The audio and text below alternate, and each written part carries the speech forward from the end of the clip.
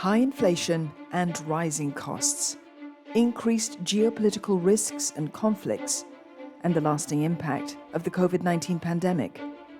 PM Lee says these are issues that Singapore does not have much influence over. Instead, he says what is within our power is to make ourselves more productive and competitive, because then our workers can earn more to deal with these higher costs. If you look at the productivity numbers in the last 3 years across the pandemic, it wasn't too bad, 3.9% per annum, compared to the 2+% that we saw in the 3 years preceding the COVID pandemic itself. Then, of course, it does suggest that actually all the efforts that the policymakers had put in to try and encourage upskilling and also for firms to kind of restructure their business models to be manpower lean, all these are paying off. But I think going ahead, now that we are trying to get the whole engine restarted again, welcoming foreign workers and talents back to our shores, trying to get business, to go out and also conquer the world again, there will be a lot of focus on how we can do more with less.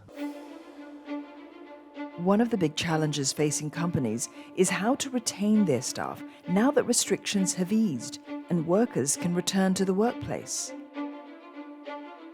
The manpower challenges and the human capital challenges is actually very real. Talent retention is a big challenge, and people are looking at how to strengthen their human resource, right? How to improve their internal human resource, improve skill set training, improve the company's environment and working together with their staff to ensure that people who work with them are happy and stay on the job for more than 2 years.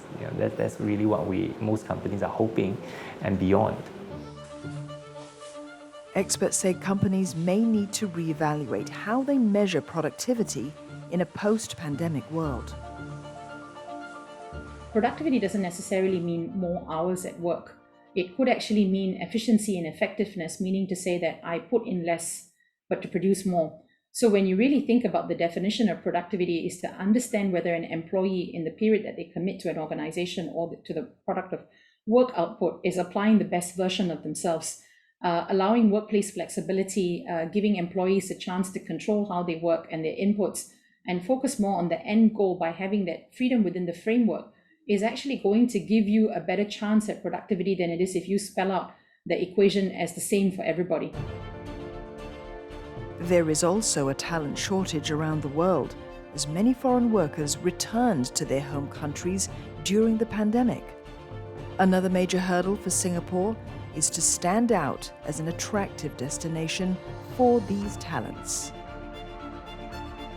You basically need all the basic ingredients like a good healthcare, medical and education infrastructure. You need an open system and open economy where foreign investments are welcome, foreign companies are welcome, and foreign talent is also welcome. So I think going forward, a lot of the nitty-gritty issues, whether it's tax, whether it's the hiring protocols, the ease of getting work permits or employment passes for the foreign talent, being able to ramp up the supply for strategic industries that are growing but face a critical shortage of skills. So this could be your advanced manufacturing or your cybersecurity or some of your niche finance and insurance type of activities. If there is a willingness and ability to bring in more of the critical skills from overseas in a short space of time, then obviously this would actually help Singapore actually sharpen its competitive edge. Some experts believe there could also be a redefining of what constitutes foreign talent. There are multiple ways to look at it. In other words, a Singaporean based here does not necessarily need to relocate. They can also become global talent by working for other countries and locations by being based here physically. It's more about an evolution of work legislation in terms of visa requirements as well as tax. And then, of course, you start to look at the liability of an employer, insurance, care for an individual, so on and so forth. So the entire equation shifts together. Similarly, if we were to do that, we could also then have foreign talent actually remotely serving the Singapore workforce market, but not physically being present here. For others, the pursuit of foreign talent must be in tandem with the development of our homegrown talent as well. We have so much opportunity to match the inbound talent together with our current existing people in various pockets, right? We have a lot of workers maybe in the space of logistics, or you have a lot of Grab drivers that potentially can also be deployed in much more effective and productive space.